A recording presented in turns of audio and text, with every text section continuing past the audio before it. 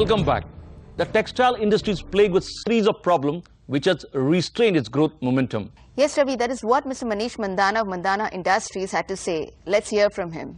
You know, the textile industry has been facing long periods of recession, uncertainty. You know, we've seen a flat growth since 2005, 2006, and even now we're not going to meet our target of $25 billion for 2010. What is it that ails the sector? A huge part of the cluster and huge part of the business in apparel and textile is very unorganized.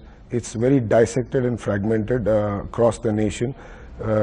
And that is somehow the industry has not come up together to have one voice with all these associations that we have in the textile industry, and that has been one of the key reasons that we've not been able to attain the targets. You also have Bangladesh, which is, you know, a big competitor to India. And in fact, the textile ministry is, you know, quoting the textile secretary Rita Menon. She says India is losing our advantage as low-cost supplier to countries like Bangladesh.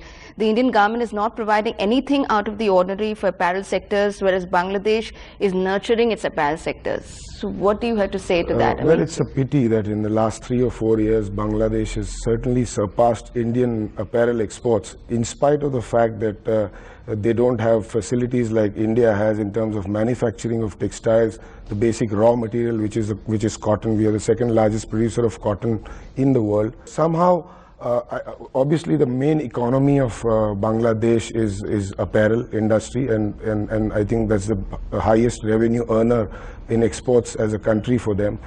Besides, the cost of labor is far more cheaper than what it is in India, purely because the society is still underdeveloped over there, and India is a growing society, so that makes a significant difference.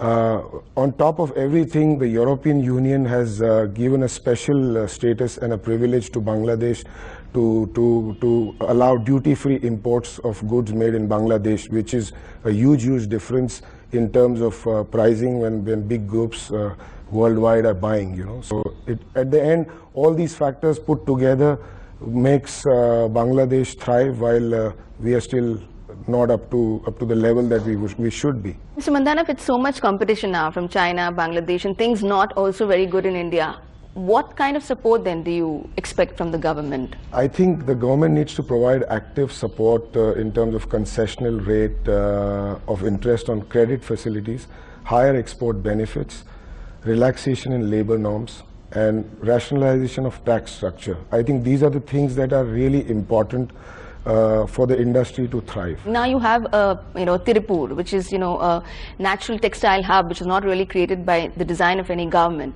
But they keep facing problems, and now is a killer with the government announcing the closure of 700 dyeing units.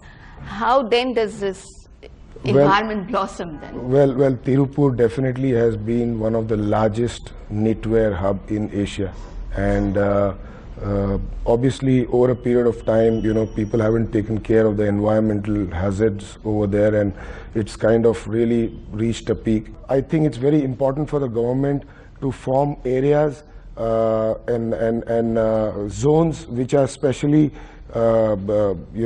used for textile manufacturing activities, which has all the infrastructure in terms of water treatment and waste disposal. We should not kill the industry. We should try and find alternatives to support the industries. And definitely I can easily say that with the potential that we have, we can be the dressers to the world. Even the Technology Upgradation Fund scheme that was launched in 1999, has that helped the industry? Well, definitely that has been an absolute boon for the industry. If you remember in the late 90s, the textile industry came to a standstill because there was very hard import policies, so people couldn't really import technology to make it shine. Apart from that, there were a lot of labor issues and labor laws which were against the textile entrepreneurs, but all that has been solved. We've seen a resurgence of textile industry in India in the last decade. Ever since the TUF has been announced, it's been a great support factor for the industry, and I think definitely it should continue.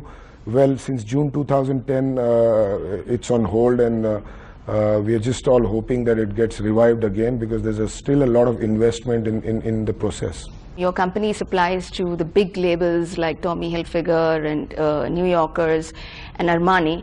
What would you say that the industry should do to really, tap that big opportunity that is now going to come our way, considering that we also have a big retail market, a big youth market, where all the foreign labels are wanting to come? Creativity and innovation is the key word in order to make this industry thrive and create a much more value-based industry in India. We should be like the Turkey of Asia, for example. Turkey now is a boutique supplier in the West, and they do all the high-end businesses with better price points. And with all the competition around us, we should try and be the most expensive or the most innovative country in terms of the product that we are trying to manufacture. Thank you, Mr. Mandhana. Thank you for joining us. Well, Veena, the Indian textile industry has a huge growth potential, going by what Mr. Mandhana says. All it needs now is positive support from the government. On that note, it is time to wrap up this edition of Exporter's Diary.